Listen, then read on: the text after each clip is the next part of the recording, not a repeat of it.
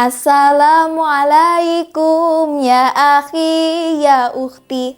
Assalamualaikum ya akhi ya ukhti. Atamasya ilal Baghdad wala tansa imalu arribat. Iza kuntum umat Muhammad ajibus salami bin nasyaf. Bismillahirrahmanirrahim. Assalamualaikum warahmatullahi wabarakatuh. Alhamdulillahirabbil alamin. Assalatu wassalamu ala asrafil anbiya'i wal mursalin sayyidina wa maulana Muhammadin wa ala alihi wa sahbihi ajma'in, amma ba'du. Yang saya hormati sahabat Dikbud di rumah yang semoga semangatnya luar biasa membara dalam menjalankan ibadah puasa pada hari ini, yang insya Allah dalam keadaan sehat walafiat dan semoga kelak menjadi penghuni surga Allah Subhanahu wa Ta'ala. Amin amin ya rabbal alamin. First of all, marilah kita panjatkan puji dan syukur kita atas kehadirat the King of the King, the Lord of the world, and the Creator of everything is Allah Subhanahu wa Ta'ala biqaulina alhamdulillah. Salawat beriringkan salam tak lupa kita ucapkan dan panjatkan kepada sang baginda Nabi besar Nabi Muhammad sallallahu alaihi wasallam yang telah membawa agama Islam pada puncak kejayaan, yang juga terkenal dengan sistem dakwah mengajak bukan mengejek, merangkul bukan memukul, dan mengkafahkan Islam bukan mengkafirkan yang sudah Islam. Ada sebuah pepatah yang mengatakan bahwa tak kenal maka tak sayang. Maka sebelum saya memulai, izinkan saya untuk memperkenalkan diri terlebih dahulu. Perkenalkan, nama saya Devita Oktaviana, dan pada kesempatan kali ini izinkan saya untuk menyampaikan beberapa patah kata yang telah saya rangkai dalam sebuah cerita yang sangat bersejarah dalam agama Islam, yaitu peristiwa Perang Badar. Di bawah terik matahari, padang pasir yang membakar, angin berhembus membawa butiran pasir yang mulai menari-menari di udara. Hari itu, Lembah Badar menjadi saksi bisu sebuah pertempuran yang akan dikenang selalu sepanjang sejarah perang antara keimanan dan kesombongan, dan juga antara kebenaran dan kebatilan. Pada awal perjalanannya, Rasulullah Shallallahu Alaihi Wasallam dan para sahabatnya tidak berniat untuk berperang. Mereka hanya ingin menghadang kafilah dagang Quraisy yang dipimpin oleh Abu Sufyan sebagai bentuk balasan atas pengusiran dan perampasan harta kaum muslim di Mekah. Namun, berita ini sampai ke telinga para pemimpin Quraisy yang kemudian mengarahkan 1000 pasukan lengkap dengan baju besi dan juga perlengkapan perang. Sementara itu, kaum muslim yang hanya berjumlah 313 orang tanpa perlengkapan memadai harus menghadapi lawan yang jauh lebih kuat. Namun, mereka punya satu hal nih yang tidak dimiliki oleh pasukan Quraisy, yaitu keimanan yang tak tergoyahkan kepada Allah Subhanahu wa Ta'ala.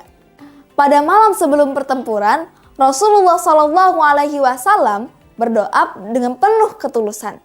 Tangannya terangkat ke atas langit. Ia berkata, "Ya Allah, jika pasukan kecil ini binasa, maka tidak akan ada lagi yang akan menyembah-Mu di bumi ini." Air mata beliau mengalir, menunjukkan betapa besarnya harapan dan keyakinannya atas pertolongan Allah. Pada saat pertempuran dimulai, fajar mulai menyingsing di Badar. Pasukan Quraisy tampak gagah dengan perlengkapan perang mereka. Sementara itu, pasukan muslim berdiri dengan hati yang mantap. Meskipun mereka hanya bersenjatakan pedang sederhana dan juga beberapa tombak. Nah, sesuai dengan tradisi Arab, perang diawali dengan duel 1 lawan 1. Dari kubu Quraisy keluarlah 3 pendekar tangguh. Ia bernama Utbah, Syaibah, dan Walid bin Utbah. Sementara itu, dari kubu muslim maju nih 3 pendekar pemberani, yaitu Hamzah bin Abdul Muthalib, Ali bin Abi Thalib, dan juga Ubaidah bin Al-Harits. Dengan penuh keberanian, mereka bertarung hingga akhirnya kaum muslim menang dalam duel pembuka ini.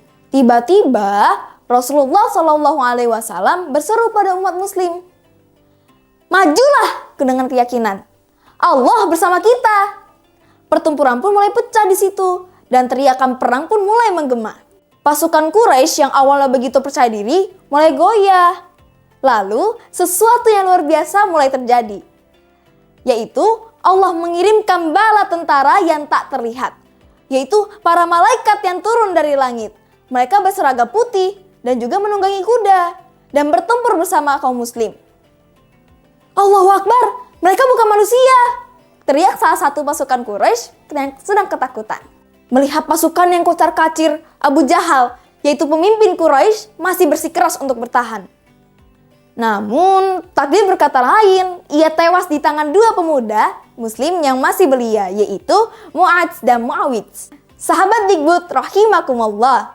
Setelah berjam-jam pertempuran sengit itu terjadi, pasukan Quraisy mulai melarikan diri. Kaum muslim meraih kemenangan yang sangat besar, meskipun jumlah mereka jauh lebih sedikit. Mereka berhasil membunuh 70 tokoh penting Quraisy dan menawan 70 lainnya. Tetapi ini bukan sekedar kemenangan di medan perang, tetapi kemenangan keimanan atas kesombongan dan juga kemenangan kebenaran atas kebatilan. Di tengah lembah Badar, Rasulullah SAW melakukan sujud syukur. Air matanya jatuh, tapi bukan karena kegembiraan semata, tetapi karena menyadari bahwa janji Allah itu nyata. Hal tersebut terjatuh pada firman Allah, Quran Surah Ali Imran ayat 123. Allah Subhanahu wa Ta'ala berfirman, Bismillahirrahmanirrahim. Walaqad nasarakumullahu bibadrin wa antum azillah. Wattaqullaha la'allakum tashkurun. An ayah, yang artinya, sungguh Allah benar-benar telah menolong kamu dalam suatu perang Badar.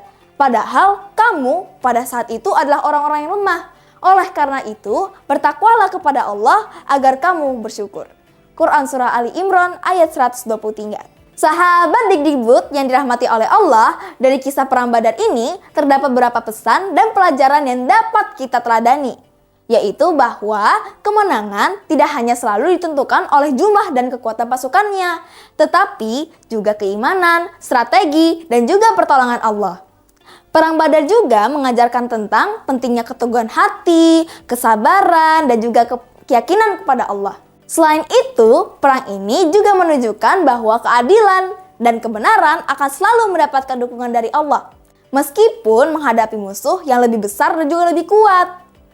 Kisah ini juga menjadi motivasi bagi umat Islam untuk selalu berpegang teguh pada iman dan berjuang di jalan yang benar. Nah, dari sekarang, yuk kita tingkatkan keimanan dan ketaatan kita kepada Allah Subhanahu wa Ta'ala. Dengan kita mematuhi segala perintahnya dan kita jauhi segala larangannya, insya Allah dengan kita mematuhi segala perintah darinya, Allah akan selalu memberikan pertolongan pada setiap hamba-hambanya. Demikian yang dapat saya sampaikan, kurang lebihnya mohon maaf. Tapi sebelum saya akhiri, izinkan saya berpantun terlebih dahulu. Jalan-jalan ke pasar ikan, jangan lupa membeli kelapa. Cukup sekian yang dapat saya sampaikan, semoga bermanfaat bagi kita semua.